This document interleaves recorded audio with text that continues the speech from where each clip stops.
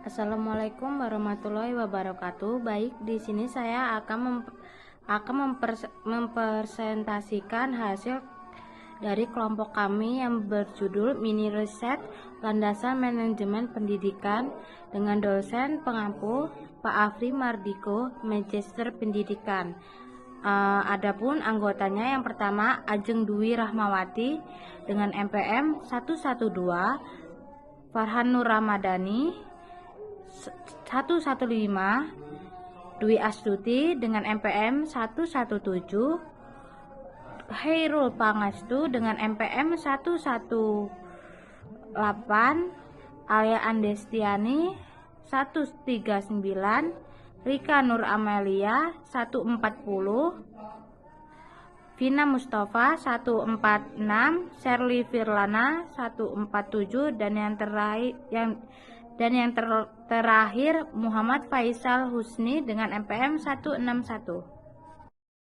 Baik, selanjutnya hasil wawancara kepala sekolah. Hasil dari wawancara yang telah kami lakukan di SDN 4 Rejosari terhadap kepala sekolah, beliau cukup paham artinya tanggung jawab yang beliau tempuh sebagai kepala sekolah dalam membentuk dan mengembangkan landasan manajemen pada guru-guru di lingkungan sekolah. Kepala sekolah memiliki aspek seperti perencanaan, perorganisasian, pengarahan, dan pengendalian sumber daya sekolah itu, serta pengambilan keputusan komunikasi, memahami kebutuhan siswa, mengidentifikasi kelemahan, dan mengembangkan program untuk meningkatkan hasil belajar siswa. Dengan menggunakan landasan manajemen pendidikan ini, kepala sekolah dapat memastikan bahwa sekolah mereka beroperasi secara efektif dan efisien, sehingga memaksimalkan proses belajar bagi siswa untuk persiapan agar Bapak Ibu guru sesuai kinerja bisa melalui tugas. Kemudian secara administrasi bisa menentukan perangkat pembelajaran yang lingkupnya luas, ada portal, permes, silabus, dan RPP. Ibu Naelu selaku wali kelas 4 menyatakan bahwa kinerja seorang guru sangatlah berpengaruh dalam meningkatkan kualitas pengajaran di dalam kelas. Ibu Naelu juga menyatakan di saat pembelajaran di kelas, dalam penggunaan teknologi masih kurang diterapkan dikarenakan kurangnya sarana dan prasarana yang belum memadai.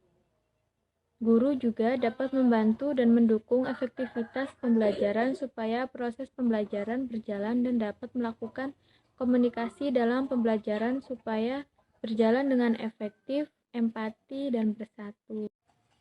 Menurut Bapak Edison selaku wali kelas 5, beliau menyatakan bahwa kinerja seorang guru berpengaruh dalam meningkatkan kualitas yang ada di dalam kelas. Dan menurut Bapak Edison juga dalam pembelajarannya sudah memanfaatkan teknologi dalam pembelajaran yang dimana dapat membantu proses pembelajaran berlangsung.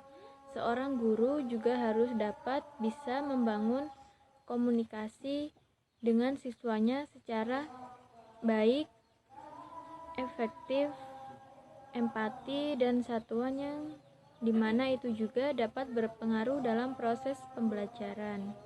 Menurut hasil wawancara yang saya lakukan kepada Bapak Sisminto, yang dimana dia menyatakan bahwa seorang guru harus memiliki kualitas dalam meningkatkan pembelajaran di kelas, yang dimana itu sangat mendukung dengan adanya teknologi yang sesuai dengan materi yang diajarkan seorang guru.